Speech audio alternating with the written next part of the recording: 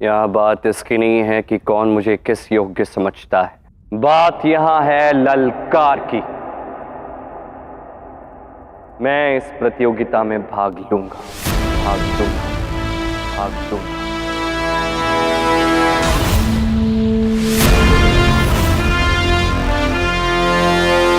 जो कुछ भी हो रहा है इसका अर्थ यह है कि श्रीनिवास विजय अवश्य होगा और उसका विवाह पद्मावती से हो जाएगा। आपने मुझसे कहा था महादेव कि ये स्वयंवर सफल नहीं हो पाएगा, तो आप कुछ कर क्यों नहीं रहे? कर नदी कितना भी पत्थरों से टकराकर अपना मार्ग बदलने का प्रयास करे, अंततः उसे सागर में ही मिलना होता है। कुछ ऐसी ही नियति है हमारे श्रीनिवास और भार्गवी की भी। धैर्य रखो और देखती जाओ कि अब क्या होता है। कैसे धैर्य रखो महादेव? जो कुछ भी हो रहा है अगर वो होता रहा तो ये निश्चित है कि श्रीनिवास और भार्गवी का विवाह कदापि नहीं होगा और भार्गवी अत्यंत दुखी हो जाएगी।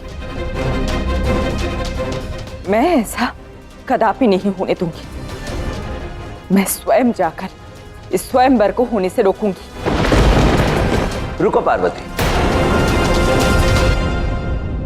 मैंने इस स्वयंवर को रोकने के लिए कोई प्रयास इसलिए नहीं किया क्योंकि सबसे महत्वपूर्ण कार्य तो मेरे आराध्य नारायण स्वयं करने वाले हैं।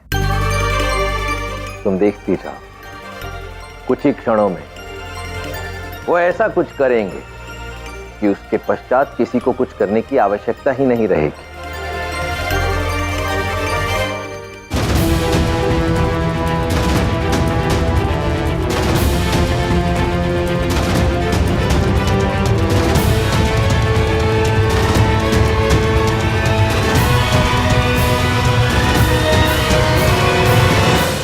कर दिया श्रीनिवास ने कि अवश्य ही राजकुमारों से परास्त हो जाएगा रत्ना, और इन राजकुमारों में से किसी एक से विवाह करने से तो अच्छा है कि मेरी मृत्यु ही हो जाए।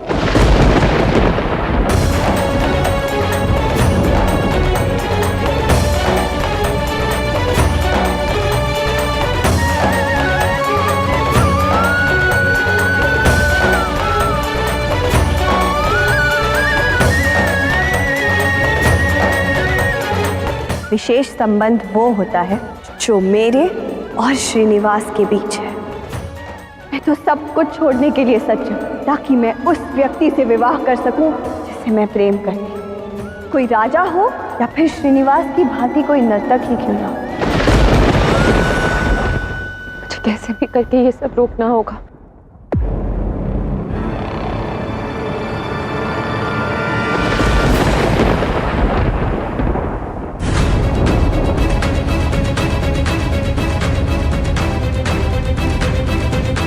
कहां जा रही हो तुम? कहा था ना मैंने, स्वयंवर में तुम केवल मेरे साथ रहोगी, एक क्षण के लिए भी मेरी दृष्टि से ओझल नहीं होगी। तुम कहा था ना मैंने। यहीं रुको।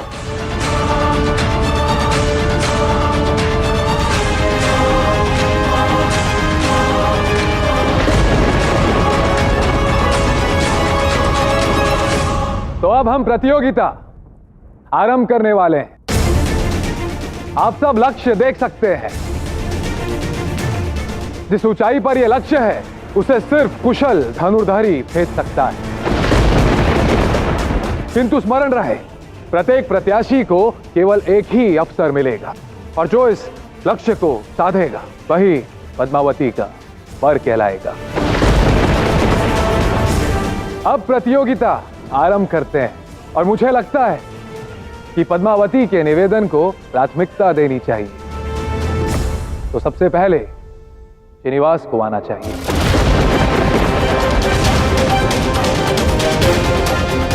क्यों पिताश्री? उचित कहा वासु।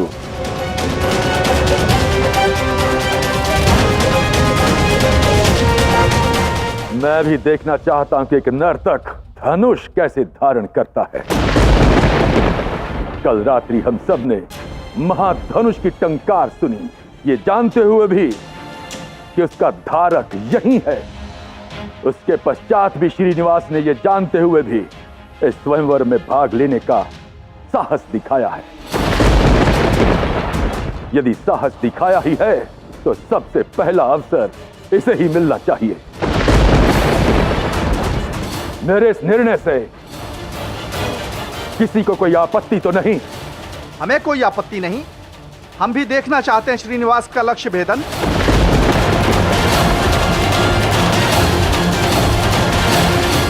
आरंभ करो श्रीनिवास।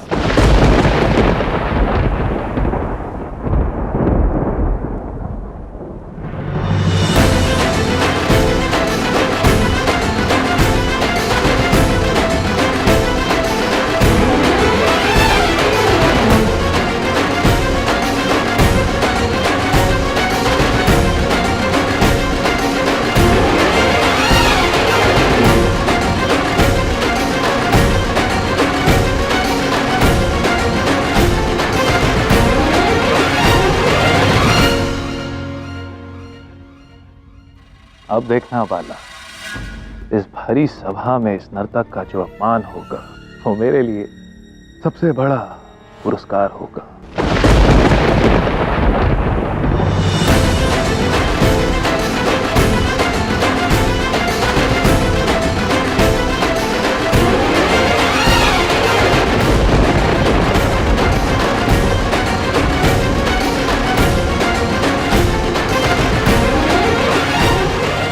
क्या कर रहे हो श्रीनिवास?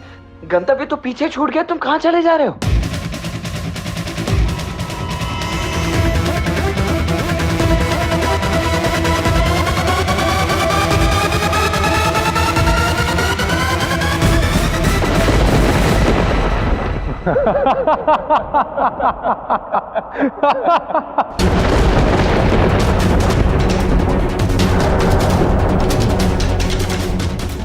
क्षमा करना पद्मावती, किंतु श्रीनिवास तो भयभीत होकर रणछोड़ बन गया।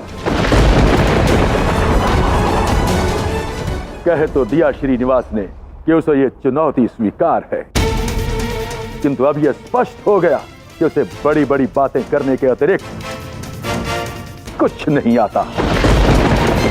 उस भगौड़े श्रीनिवास को तुम्हारे स्वयंवर में भाग लेने का अधिकार तो दूर, यहां प्रवेश करने का भी अधिकार नहीं होना चाहिए।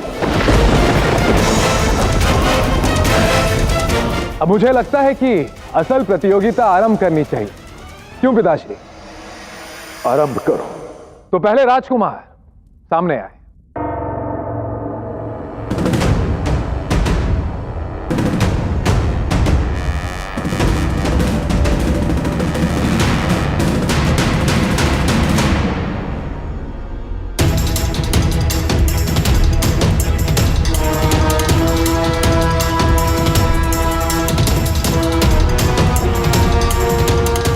इस पुष्प को अपने पास रखें। यदि मैं आपके साथ ना रहूं तो ये मेरी कमी पूरी करेगा।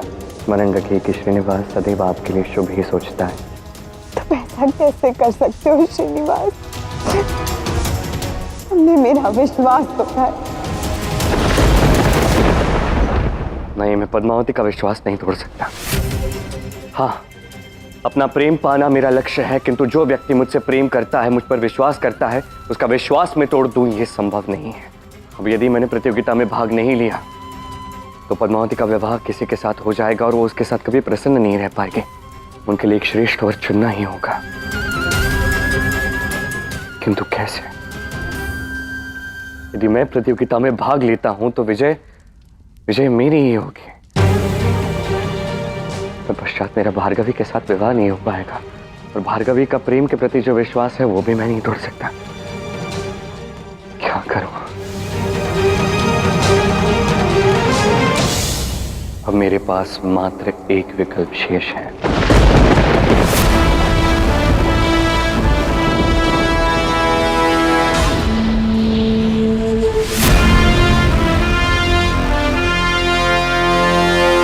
महादेव, समय आ गया है कि आपके दिए इस धनुष का मैं उपयोग करूं। आज्ञा दीजिए।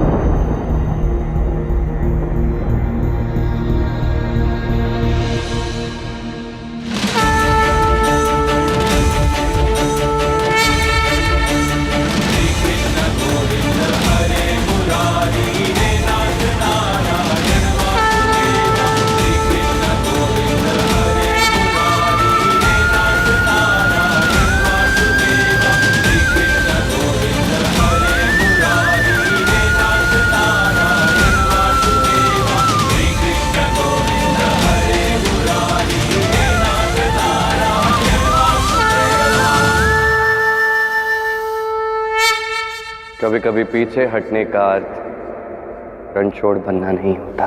कभी कभी शस्त्र उठाने के लिए पीछे हटना पड़ता है। बाण को आगे भेजने के लिए प्रत्यंचा को पीछे खींचना पड़ता है।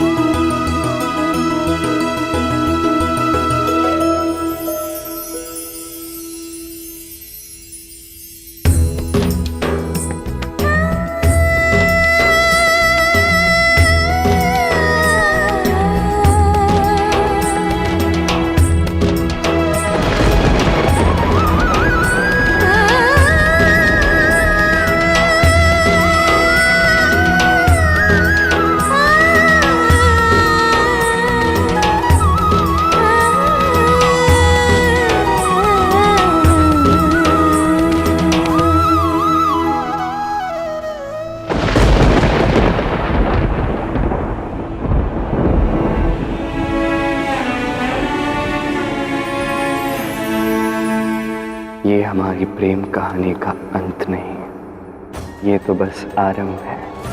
मैं तुम्हारे पास अवश्य आऊंगा श्री, स्मरण रखना मैंने ये स्वयंवर जीता नहीं है, मैं अब भी तुम्हारा हूँ। और स्मरण रखना श्रीनिवास के हृदय में सदैव से श्री का वास रहा है और सदैव रहेगा।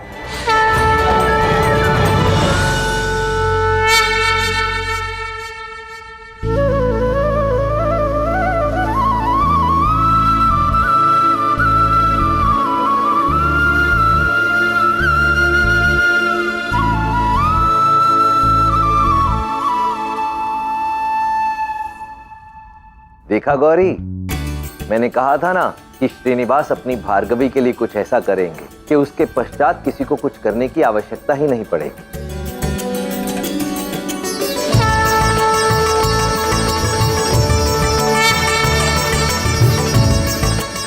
अब मैं समझी, श्रीनिवास ने ना ही लक्ष्य साधा और ना ही प्रतियोगिता में विजय प्राप्त की है।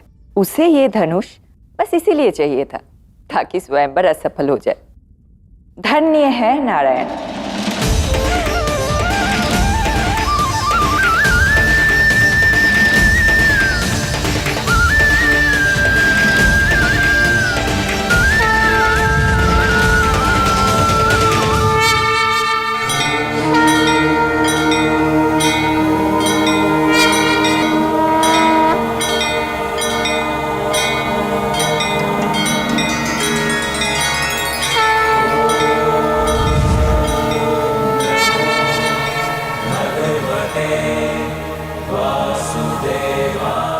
रुक जाओ श्रीनिवास,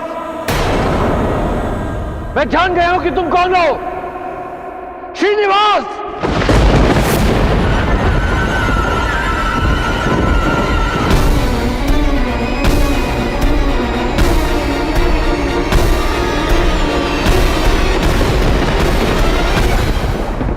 ऋषि भृगु तो सत्य जानते हैं। वो लक्ष्मी और नारायण को कभी एक नहीं होने देंगे। मैंने तुमसे क्या कहा था गौरव? नदी की तो नियति है सागर में मिलना, फिर चाहे वो चट्टान से अड़कर हो या चट्टान से मार्ग बनाकर। और फिर यहां तो स्वयं सागर ही नदी से मिलने के लिए आ गया है।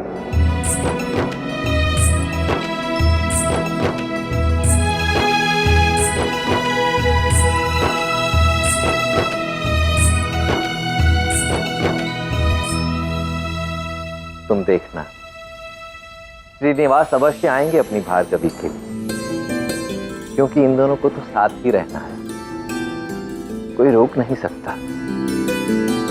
ऋषि भृगु भी नहीं। श्रीनिवास ही नारायण का स्वरूप है। वो अपनी लक्ष्मी को लेने आए हैं। वो मेरी भार्गवी को लेने आए, मेरी लक्ष्मी को छीनने आए हैं मुझसे।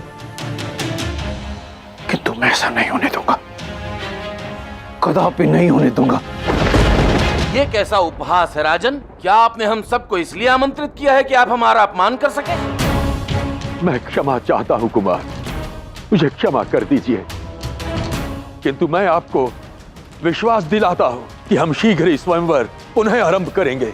मैं वापस लाऊंगा पद्मावती को। कैसे वापस लाओगे राजन? वो स्वयं श्रीनिवास का हाथ पकड़कर यहाँ से भागी है। और आपको क्या लगता है इस प्रकार पराये पुरुष का हाथ पकड़कर निकली कन्या का हम वरण करेंगे? कदापि नहीं। अब खड़े खड़े यहाँ पर क्या देख रहे हो वासु? जाओ और जाकर देखो कि श्रीनिवास और पद्मावती कहां है।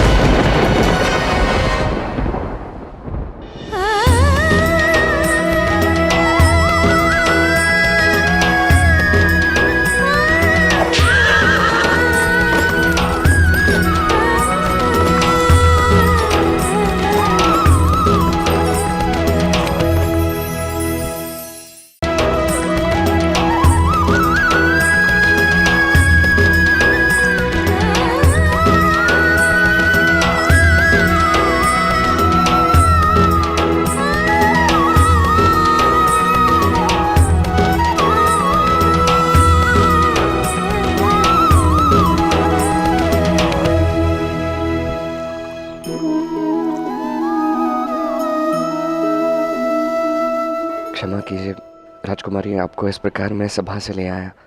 मुझ पे विश्वास कीजिए, इसके पीछे कारण ये था। नहीं, तुम क्षमा मत मांगो। अपितु मैं तुम्हें धन्यवाद कहना चाहती हूँ। श्रीनिवास, आज तुमने जो किया है वो करने का साहस किसी और में कदापि नहीं होता।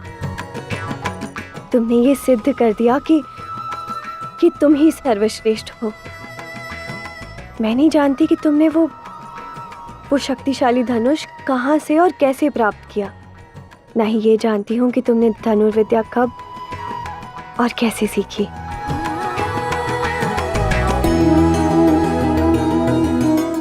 किंतु मैं प्रसन्न हूँ कि अब ये सारी बातें जानने के लिए हमारे पास संपूर्ण जीवन शेष है। श्रीनिवास,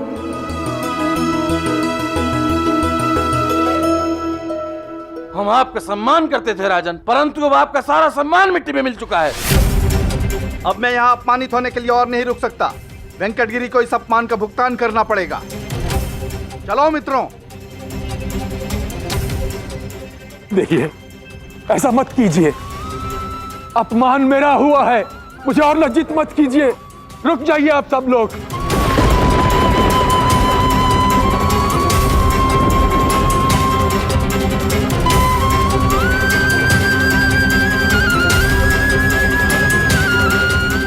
पिताश्री, श्रीनिवास और पद्मावती महल से एक रथ में निकल चुके हैं।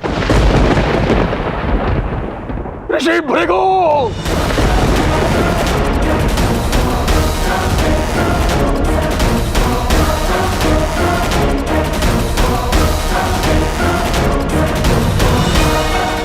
धनुर्विद्या इस स्वयंवर की कसौटी होगी तो मुझे पूर्ण विश्वास है राजकुमारी पद्मावती के लिए हमें उपयुक्त वर मिल ही जाएगा। आज तक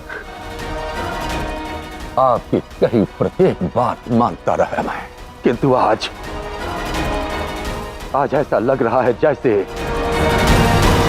मेरा आप पर विश्वास करना विश्वास नहीं, अंधविश्वास था।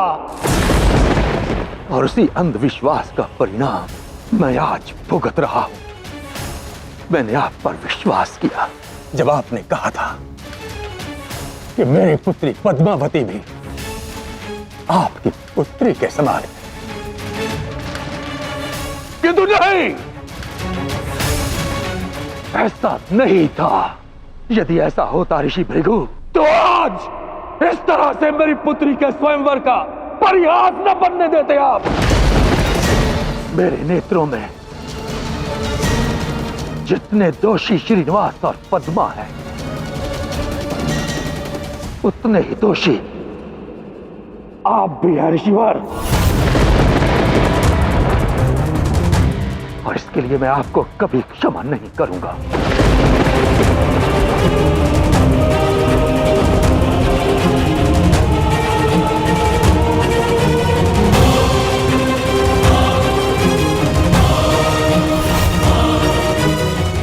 इससे पहले नारायण भार्गवी को वापस लेने आए, मुझे कुछ करना होगा।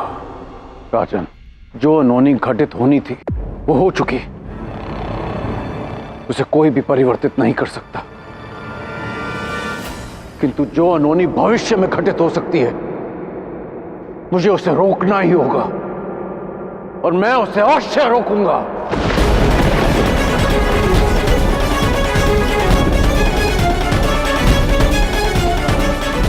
चलो पुत्री, हमें इसी क्षण यहां से जाना होगा।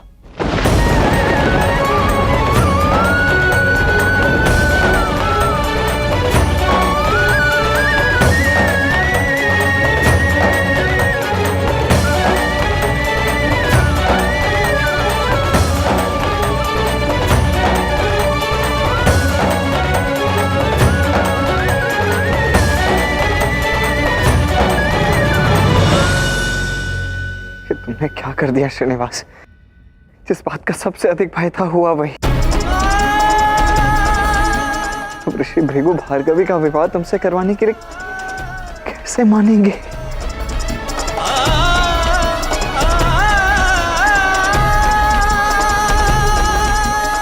कहीं इस घटना का दुष्परिणाम मुझे ना भुगतना पड़ जाए, क्योंकि महाराज की दृष्टि में तुम्हारा एकमात्र साथी तो मैं ही हूं। उचित कहा आपने। ऐसी बहुत सी बातें हैं जो आप नहीं जानती, और अब समय आ गया है कि मैं अपने विषय में वो सारी बातें आपको बता दूं। तो बताओ ना श्रीनिवास, मैं तो जानने के लिए अति उत्सुक हूँ।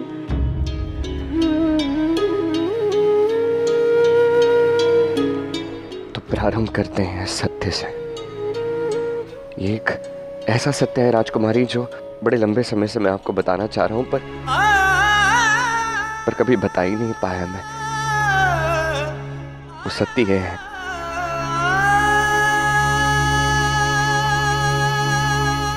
कि ना मैं आपसे प्रेम करता हूं, ना आपसे विवाह कर सकता हूं।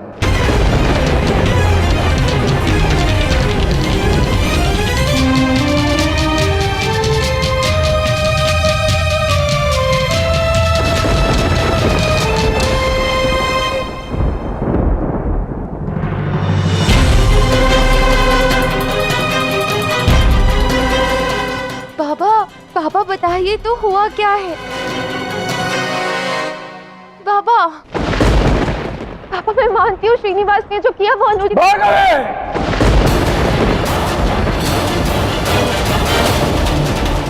आज के पश्चात उस व्यक्ति का नाम भी मत लाना अपने मुख पर, अन्यथा परिणाम उचित नहीं होगा।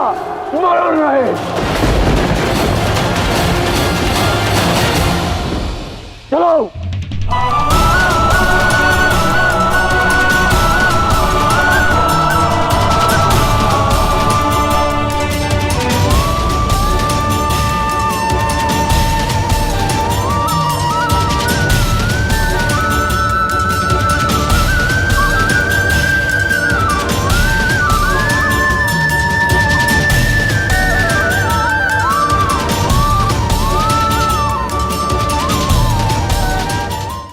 श्रीनिवास ने अपनी श्री का हाथ थामा और ये वचन रहा, ये हाथ और ये साथ कभी नहीं छूटेगा।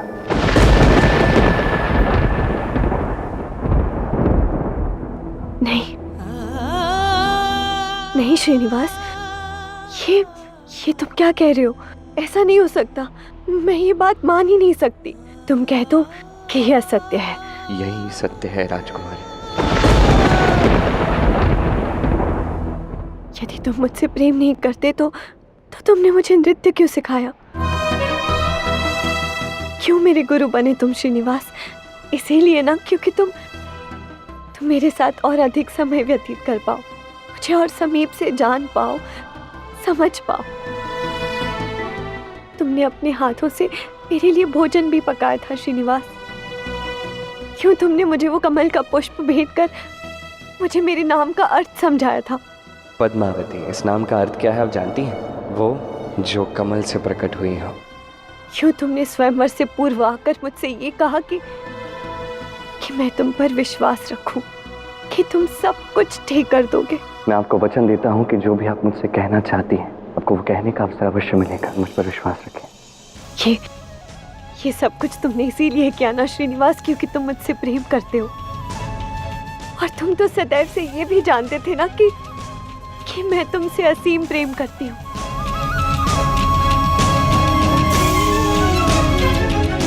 कहो ना श्रीनिवास कि तुम मुझसे प्रेम करते हो।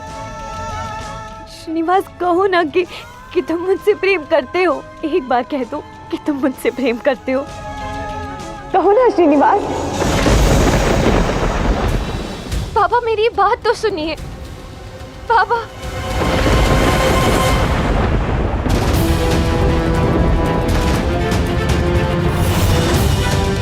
क्या हुआ? आप इतने क्रोधित क्यों हैं?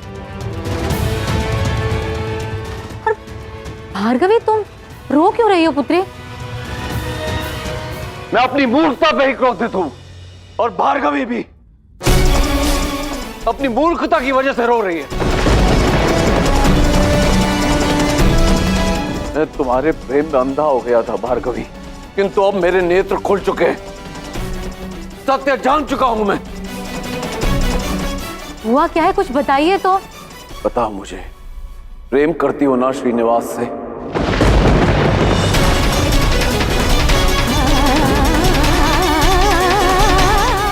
उत्तर दो।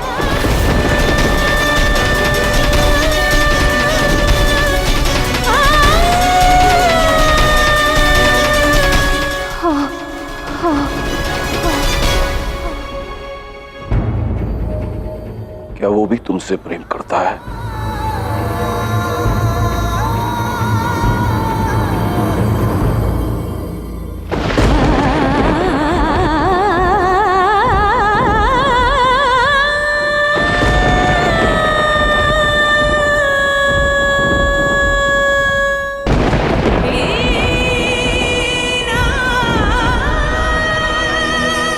मैं जानता था आप मुझसे असीम प्रेम करती हैं और आपका हृदय में कभी दुखाना नहीं चाहता था। मैं नहीं चाहता था कि आपको कभी दुख पहुंचे और कदाचित इसलिए मैं कभी आपसे सत्य कह नहीं पाया राजकुमारी, किंतु आज कहना आवश्यक है।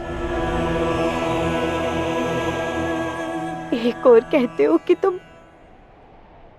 मुझे दुख नहीं पहुंचाना चाहते और दूसरी ओर कहते हो कि तुम मुझसे प्रेम नहीं करते। क्यों श्रीनिवास? क्या मैं तुम्हें इतनी बुरी लगती हूँ कि तुम मुझे अपने प्रेम के योग्य नहीं समझते? नहीं, ऐसा नहीं है।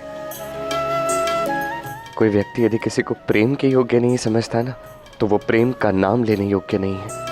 और आप बुरी तो कदापि नहीं है। सत्य कहूं तो आपसे अधिक शुद्ध हृदय मैंने किसी का कभी नहीं देखा। किंतु जहां प्रेम की बात आती है ना राजकुमारी, प्रेम दोनों ओर से होना चाहिए। बस एक ओर से यदि प्रेम हो ना, तो एक झोली में प्रेम आता है और दूसरी झोली में मात्र निराशा आती है, और ये मैं आपके लिए नहीं चाहता। असत्य है ये। यदि वो तुमसे प्रेम करता तो इस तरह स्वयंवर की भरी सभा से पद्मावती का हरण करके नहीं ले जाता।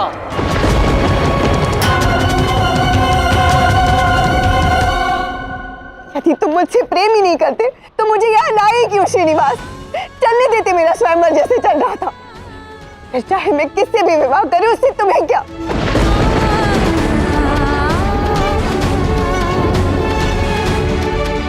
स्वयंवर में जो भी प्रतिभागी थे उनमें से किसी के भी साथ आप विवाह कर लेते तो वो आपसे प्रेम नहीं करता। ऐसा कोई प्रतिभागी वहां नहीं था राजकुमारी जो आपसे प्रेम करता। वो बस आपको एक विजय चिन्ह के रूप में देखता, और प्रेम वो नहीं है जो विजय से मिले। नहीं, स्वयं को हार कर जो मिलता है ना, वो प्रेम है। वो मैं आपके लिए चाहता हूं। आगे जाके आप भी उस व्यक्ति से प्रेम नहीं कर पाते और आपका समस्त जीवन एक शून्यता में चला जाता। इसलिए मुझे ये करना पड़ा। इसलिए मैं आपको वहां से लेकर आया, आपको बचाने के लिए, ताकि आपको समय मिले। तब तक जब तक आप किसी ऐसे व्यक्ति को ना चुनो जो आपको प्रिय है, जिससे आप प्रेम कर सको। बस इसलिए किसी को ना चुनो क्योंकि स्वयंवर हो रहा है। यदि आपको ऐसा लगता है कि मैं आपसे प्रेम नहीं करता तो मुझे ये सब करना नहीं चाहिए था, तो आपको स्मरण कराता। हमारा मित्रता का संबंध है राजकुमारी, गुरु शिष्य का नाता है हमारा। आपका सम्मान करता हूं, मैं हृदय से सम्मान करता हूं, और उसके चलते जो मुझे उचित लगा वही मैंने किया है। और इस सारे कृत्य के पीछे मात्र एक ही भावना थी, और वो ये कि आप सदैव जीवन भर प्रसन्न रहो राजकुमारी, और कुछ नहीं। मुझे भी यही लगता था श्रीनिवास कि तुम्हें मेरी चिंता है, किंतु जितना दुख, जितनी पीड़ा तुमने मुझे पहुंचाई है ना, उतनी किसी ने कभी नहीं पहुंचाई। अब तुम्हें मेरी चिंता करने की कोई आवश्यकता नहीं है श्रीनिवास। यदि मुझे विवाह करना है तो मैं तुम ही से करूंगी, अन्यथा और किसी से नहीं करूंगी, कदापि नहीं करूंगी। और मैं इसी क्षण जाकर पिताजी से ये सब कुछ कह दूंगी। नहीं, तुम्हें मेरी चिंता नहीं है ना, तुम्हें मुझसे प्रेम नहीं है ना, तो ठीक है, अब जो कुछ भी करना है वो मैं स्वयं करूंगी। नहीं राजकुमारी, राजकुमारी, किंतु आप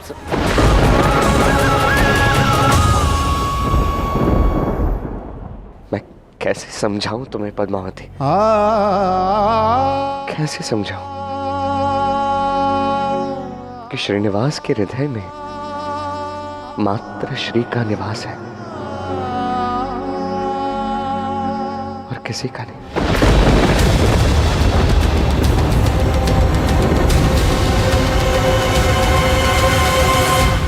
मुझे ऐसा लगा था कि तुम अपने बाबा से प्रेम करती हो। मेरी इच्छा के विरुद्ध कभी नहीं जाओगी तुम, किंतु तुमने इतना बड़ा सत्य अपने बाबा से छुपाया इतने दिनों तक। क्यों भार्गवी, क्यों?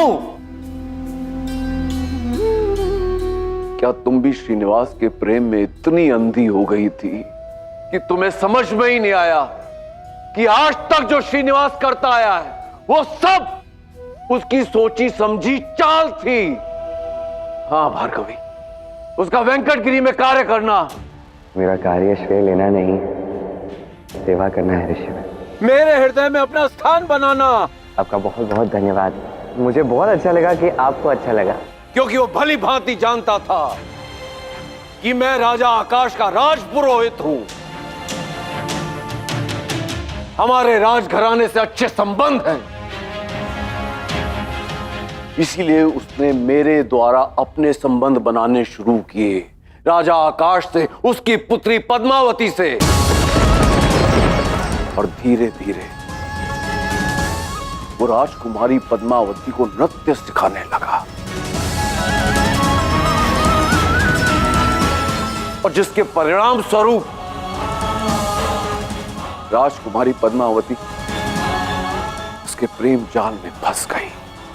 और यही तो चाहता था वो सदैव से एक राजा की पुत्री से विवाह करना चाहता था, और वही किया उसने। और इसीलिए आज उसने भरी सभा से राजकुमारी पद्मावती का हरण कर लिया, और हम कुछ नहीं कर पाए। बस देखते ही रह गए। पापा, पापा जैसा आप श्रीनिवास के विषय में सोच रहे हैं वैसा वो नहीं। वो ऐसा ही है। मुझसे भी उसे पहचानने में भूल हुई थी, किंतु अब मैं उसे भली भांति पहचान चुका हूं। और इससे पूर्व कि वो यहां आकर कोई नया नाटक करे, मैं आज रात्रि ही तुम्हारा विवाह वासु से करा दूंगा।